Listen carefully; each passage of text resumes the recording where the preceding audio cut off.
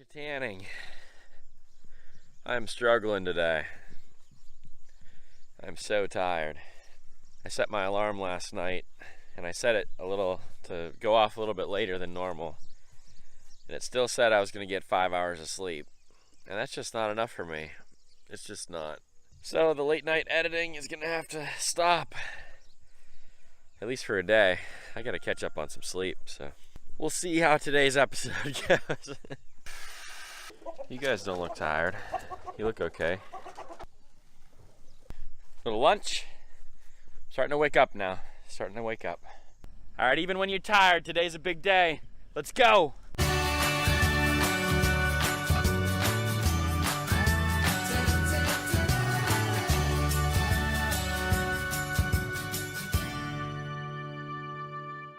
So there's some day-old coffee in my car from yesterday. I debated whether to drink it the whole way here, but it's still good, man. Still good. I don't know how it's not bitter. Still sweet, still good. I gotta get some serious work done today, so I won't see you till later. Oh my, it's a mess in here. Who did this? Just kidding, it was me. That was when I put together the desk and got the stuff ready for the podcast studio the other day. Gonna eat some lunch, gonna clean this up, and let's do a little podcast test today.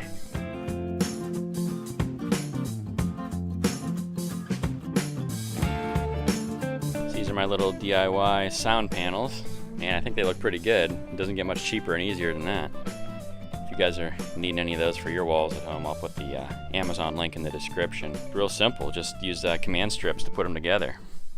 So in the little podcast studio here, we'll have one up here and one right here, and hopefully that'll soak in a lot of the sound from the little podcast setup here. Alrighty, got the sound panels on the walls. I want to do a little test run of the podcast. What do we say we give it a try?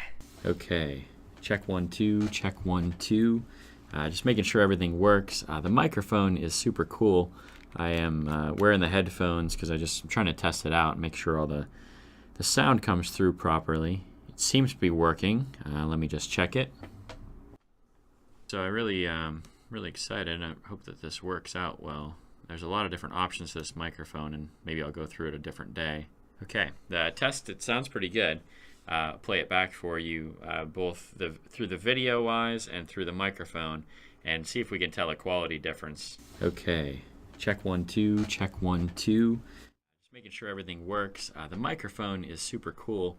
I am wearing the headphones because I'm trying to test it out and make sure all the sound comes through properly. It seems to be working. Let me just check it. I really just want to do a test run of the podcast and just see what happens. I got some questions submitted by people from Facebook, and so I want to answer those and see what happens. You ready? Roll that intro.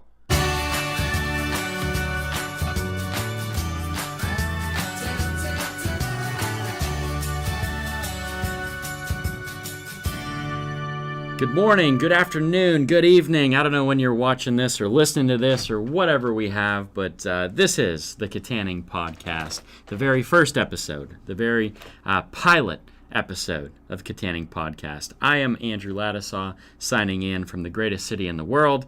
Super excited to get this thing done. So what we want to do, the point of this podcast is 3 points. Number 1, it's to inform you. My hope is that we'll have some guests that will bring you some information that you didn't know about a local business or about our city or about how our local government is operating, any of those things. I think it's all valuable just to gather as much information as citizens as we can. Secondly, I want to help you analyze situations, and so hopefully we'll be able to go deeper into different situations happening around town. We'll be able to go deeper into people's lives and the motives for doing things than a standard newspaper could do, and certainly that local TV and local radio can do.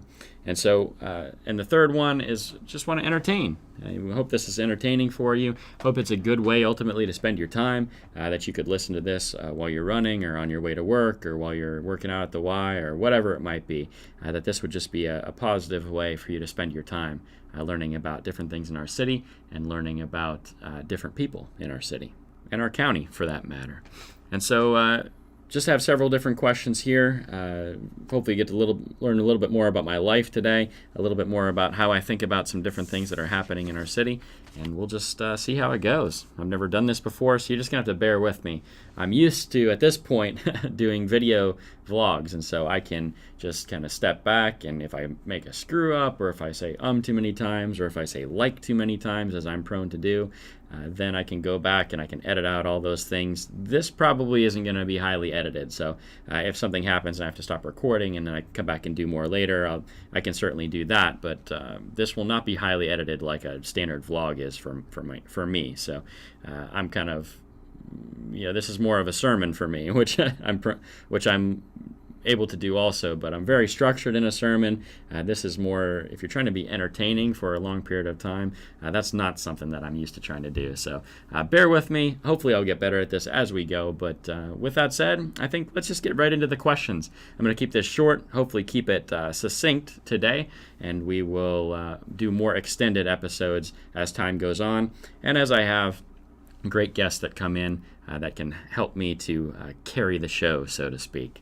So the first question that I have is from Sharon. All of these questions actually came from Facebook. No one asked questions on the YouTube channel, but if you have a question for a future episode, I encourage you, leave a comment on YouTube, leave a comment on a Facebook post or an Instagram post, or however it might be. If you're not comfortable asking the question in public, send it anonymously to me through a Facebook Messenger or through an Instagram DM, and I will be happy to keep your question anonymous, and we will just move forward however we can. I think all questions should be answered. Nothing is off the table, even if it's silly or stupid, all the way down to the most serious of topics.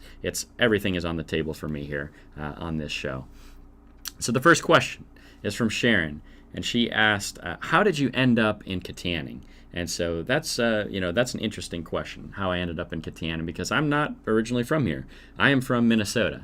And so Minnesota and Kittanning are a long ways away. And when you think about moving to Pennsylvania, you don't really think about moving to Kittanning. Most people probably don't anyway. It's a small town on the map, and from a small county on the map. And I think when most people think of Pennsylvania, they think of Philadelphia and Pittsburgh primarily. Maybe if you know your state capitals, you think of Harrisburg, but that's probably a very distant third. And so how I came to Kittanning, I went to high school in Perham, Minnesota. I'm originally born in Hawley, Minnesota, so I'm used to small towns. Both of those towns are actually smaller than Kittanning. And so grew up there, went to high school there, and then I had family who lived in Pittsburgh, on the north side of Pittsburgh. And I came out in my junior year, and I visited Pitt, University of Pittsburgh. And at the very last second, I was all set to go to the University of North Dakota. Ultimately, I decided against that with literally a week to spare.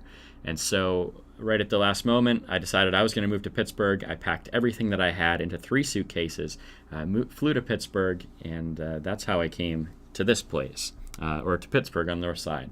Then I decided to go to Pitt. I ended up at Pitt at Greensburg, and so I only made it through 1 year of school, and I got a job working for a State Farm agent. I ran out of money. I couldn't pay for any more college, and so I just left. And then after working for a State Farm agent for several years, I had the opportunity to become an agent myself. And so when that opportunity came about, I had 2 choices. I could go to, or there were 2 opportunities available for me to apply for. One was in Squirrel Hill in Pittsburgh, which, if you don't know, is like the richest area of Pittsburgh, the Squirrel Hill, Shady Side area. And the other opportunity that I could apply for was in Kittanning. And so my wife and I, I'm opening a financial business. I was thinking, I'm obviously going to apply for Squirrel Hill. No contest there, no question. And when we decided to give them both a fair shot. We came and visited Kittanning, and honestly, for both of us, it just felt like the skies had opened up. As we were praying about it, as we were thinking about it, it was so obvious that this was a place that God wanted us to be. And so we visited Kittanning. We had a great experience. I think we both kind of fell in love with the city. And then when we went to Squirrel Hill to visit it, it was just like darkness. We just did not feel at all that was where we were supposed to be. And so it was just crystal clear for us when those 2 opportunities came about in our prayer time and in our visit, that just Kittanning was the place for us. Even though it didn't make a lot of sense financially, it didn't make a lot of sense in so many ways. But God really connected us to this place. God has blessed us with the opportunity to have a building here and to buy a house here and to raise our family here and to start a church here. I mean, there's just so many things that have fallen into place that I am just absolutely certain that we are where we are supposed to be. I'm so excited about this city, and I'm so excited to be here. So that's question number 1. Hopefully that answers that okay. And let's move on to number 2. Question number 2 from East BRA Coffee, I'm assuming from Mr. Mike Rizzo. He said, what do you find most unique about Kittanning? And that's a pretty loaded question, what I find most unique. I was thinking about that a little bit earlier, and I think the thing that I find most unique is that everyone who visits this place, everyone who's not from Kittanning and comes to Kittanning for the first time, they love it here. They love it here. They drive around the city, they go across the bridge, they go to the riverfront park, and they're just amazed that such a small town would have so many great things going for it. And the fact that everyone who's lived here their whole lives seems to hate it. I just don't understand that. It's the most unique thing that I've seen, this complete lack of pride from the citizens of Kittanning and this complete love from everyone who comes and visits. I think it's very unique to our area, and I don't think it's warranted. Like, I don't think we should be as down on Kittanning if you've lived here. If you're from Kittanning, I don't think you should be as down on Kittanning as you are. We should be excited, and we should be hopeful, and we should be so thankful for all the things that we have around here. The fact that we're the county seat, the fact that we have a full hospital here, the fact that we have a good school system here. You know, for a small area, we have great facilities as far as the school with the new AHS. We have some other things going for us too. You look at the infrastructure, the fact that you have the bridges and all of the highways that converge here. That you're just 30 minutes from the city of Pittsburgh. That you're 30 minutes or 45 minutes from the Cook's Forest area. That we have the river as an asset here also. That we have the riverfront park and the amphitheater and all those things that don't really belong in a town of only 4,000 people. I think it's just amazing what we have in this city. So that's something that I find really, truly unique. There's some other unique things about it, but that's the thing that most sticks out in my head is this disconnect between the two parties of people. I think that's really unique. I don't really see that a lot of different places, but I just think that's that's something that needs to be fixed. That's a uniqueness that I don't want to have in my mind, but hopefully that answers that. Question number 3, Howard from Facebook. He said, what are they going to do with the old Kittanning High School? And Howard, I wish that I knew the answer to that question. I know what we had proposed as Living Water Church. We had proposed to take over the school, to lead a coalition of nonprofits.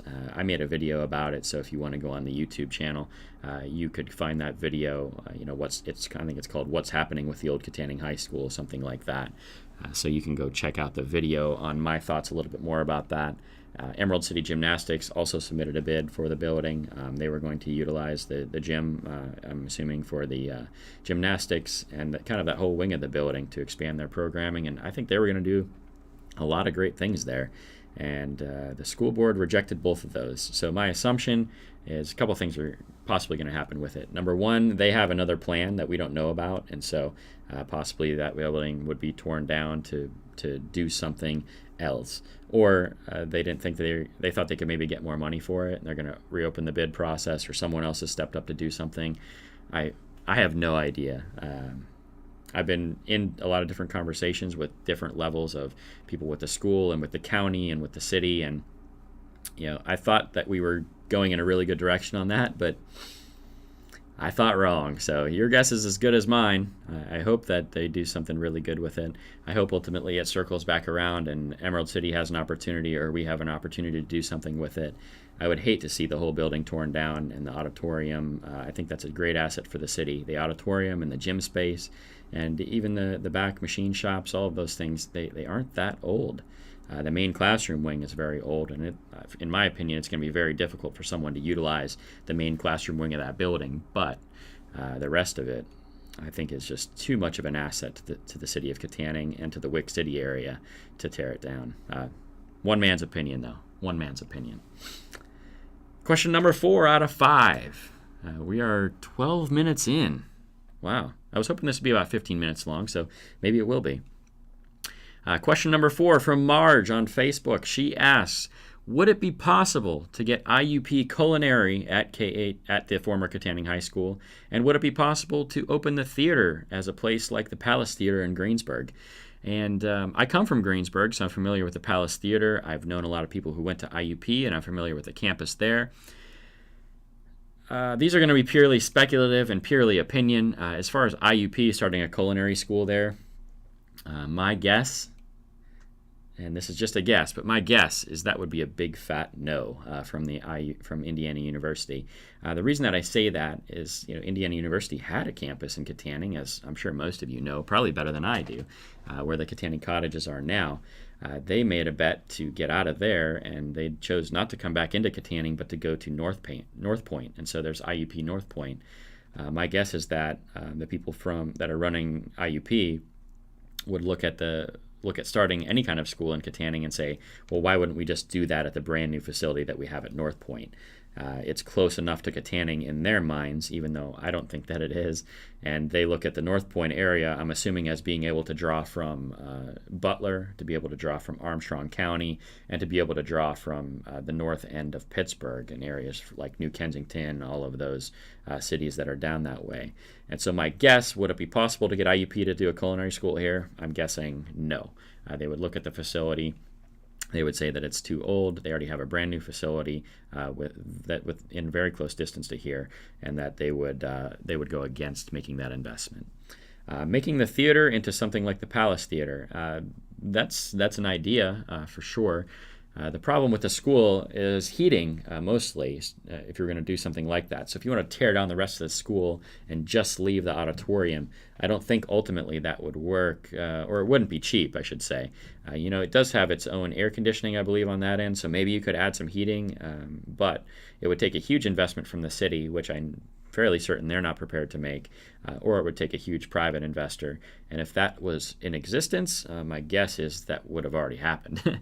If a private investor wanted to take over that building, they could have made a bid a long time ago, a bid of probably not very much money.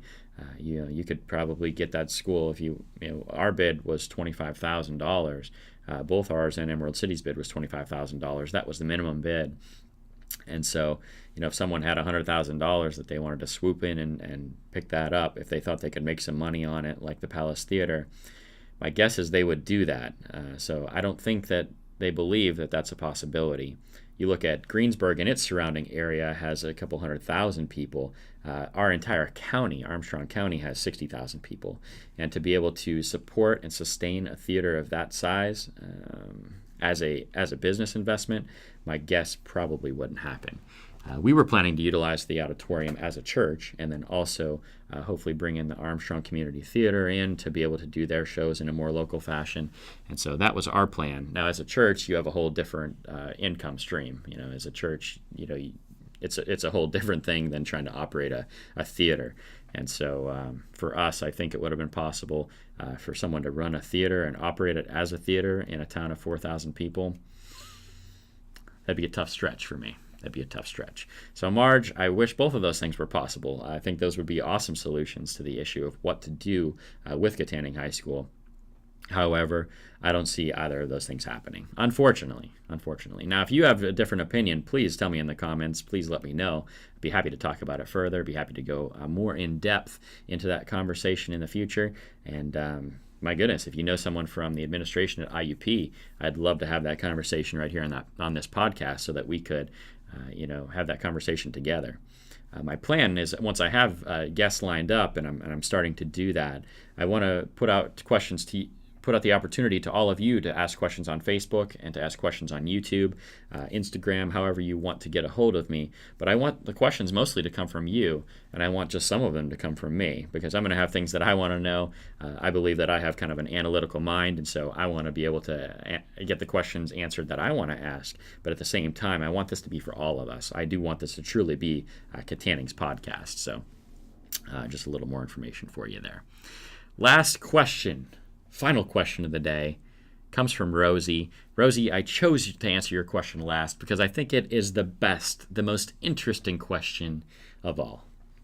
Rosie asks, if you would buy the meter lady, the meter maid, if you would buy her a gift, what would you buy her? And if you were to say one encouraging thing to her, what would you say? I love this question because I have this, within the vlog on the YouTube videos that I make, I often utilize filming me putting dimes into the meter because to me, the dimes in the meter is one of the most annoying things that we have in Kittanning. I don't see any reason why we need to continue to be paying for parking downtown. I don't think we have a parking issue at all. I think there are parking lots all over the place, and if we open them up, even if the street was absolutely full, I think that would be just a wonderful, wonderful thing. I want to see the streets of Kittanning full. I want to see the streets lined with cars. I want people not to be able to find parking spaces and to have to use the parking lots. I think that would be awesome.